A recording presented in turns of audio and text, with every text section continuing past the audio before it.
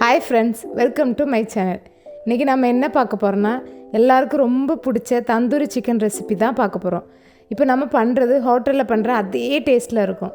நீங்கள் எங்கள் சேனலை ஃபஸ்ட் டைம் பார்க்குறதா இருந்தால் கண்டிப்பாக சப்ஸ்கிரைப் பண்ணி அந்த பெல் பட்டனை கிளிக் பண்ணுங்கள். இப்போ வாங்க வீடியோக்குள்ளே போகலாம். இப்போ நம்ம தந்தூரி சிக்கனுக்கு மேரினேட் ரெடி பண்ணி வச்சிடலாம். இப்போ ஒரு பவுலில் எடுத்துக்கோங்க. அதில் 2 டீஸ்பூன் மிளகாய் தூள் சேர்த்துக்கோங்க.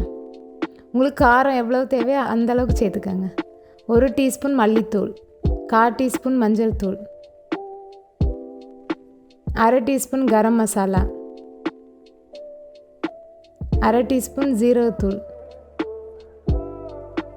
1 டேபிள் ஸ்பூன் கார்ன்ஃப்ளவர்,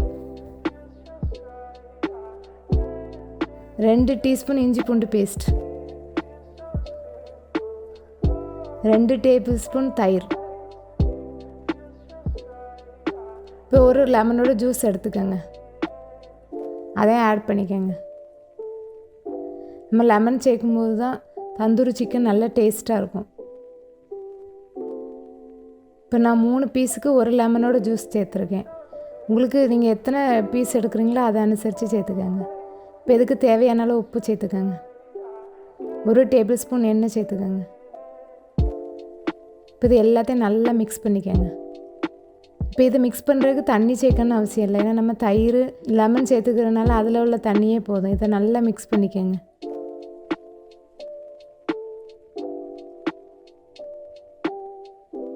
இப்போ நான் இதை பண்ணுறதுக்கு 3 சிக்கன் பீஸ் எடுத்திருக்கேன். அதை நல்லா கீரி எடுத்திருக்கேன். எனக்கு கடையிலே கீரி கொடுத்துட்டாங்க. சப்போஸ் உங்களுக்கு கீரி தரலைன்னா நீங்கள் நல்லா ஷார்ப்பான கத்தியை வச்சு கீரிக்கங்க. இன்னும் நம்ம கீரி எடுக்கும்போது தான் மசாலா எல்லாம் நல்லா உள்ளே தடவி சிக்கனில் நல்லா மசாலா ஊறி பிடிக்கும். அந்த கீரின இடத்துலலாம் நல்லா மசாலா தடவி விட்டுக்கோங்க. நம்ம எவ்வளோ தூரம் இதில் மசாலா ஊறி பிடிக்குதோ அது அந்தளவுக்கு தந்தூரி சிக்கன் டேஸ்ட்டாக இருக்கும்.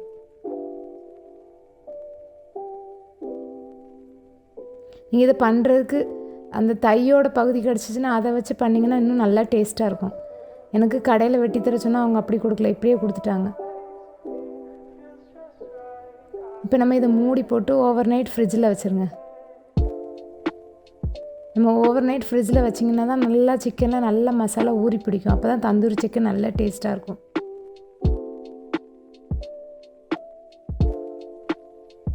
இப்போ இதை ஃப்ரிட்ஜில் வச்சிடலாம். இப்போ ஒரு பேன் அடுப்பில் வச்சுக்கோங்க. 1 டேபிள் ஸ்பூன் எண்ணெய் சேர்த்துக்கோங்க. எண்ணெய் இல்லைன்னா பட்டர் எதுனாலும் சேர்த்துக்கோங்க. இப்போ இதில் அந்த சிக்கனை சேர்த்துக்கோங்க.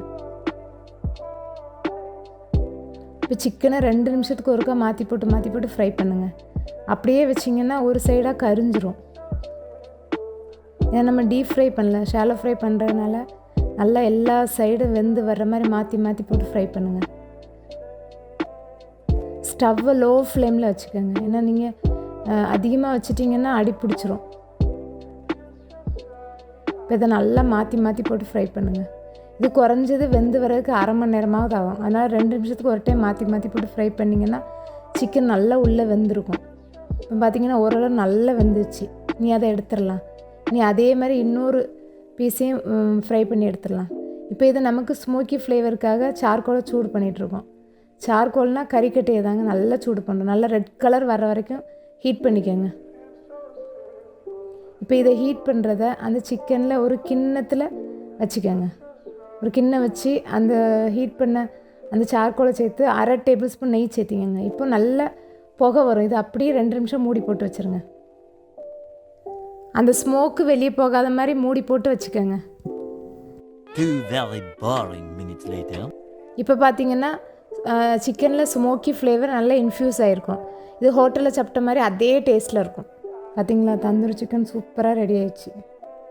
பார்க்குறதுக்கு அவ்வளோ கலர்ஃபுல்லாக இருக்குது. இது நீங்கள் ஹோட்டலில் சாப்பிட்டா அதே டேஸ்ட்டில் தான் இருக்கும். ஏன்னா இதை ஃபஸ்ட்டு நாங்கள் 3 பீஸ் வச்சு ஃபோட்டோ எடுத்துட்டோம். 2வது கொஞ்ச நேரம் கழித்து வேறு விதமாக ஃபோட்டோ எடுக்கிறதுக்காக ஒரு பீஸ் காணாமல் போயிருக்கும். ஏன்னா அதை எடுத்து சாப்பிட்டு நான் டேஸ்ட் பார்க்குறேன்னு சொல்லிட்டு அவ்வளோ டேஸ்ட்டாக இருந்துச்சு. வேகமாக எடுத்து சாப்பிட்டேன். அதனால் கண்டிப்பாக இதை நீங்களும் ட்ரை பண்ணி பாருங்கள். இந்த ரெசிபி உங்களுக்கு பிடிச்சிருந்தா லைக் பண்ணுங்கள், ஷேர் பண்ணுங்கள், கமெண்ட் பண்ணுங்கள், சப்ஸ்கிரைப் பண்ணுங்கள். மறக்காமல் அந்த பெல் பட்டனை கிளிக் பண்ணுங்கள். தேங்க்யூ.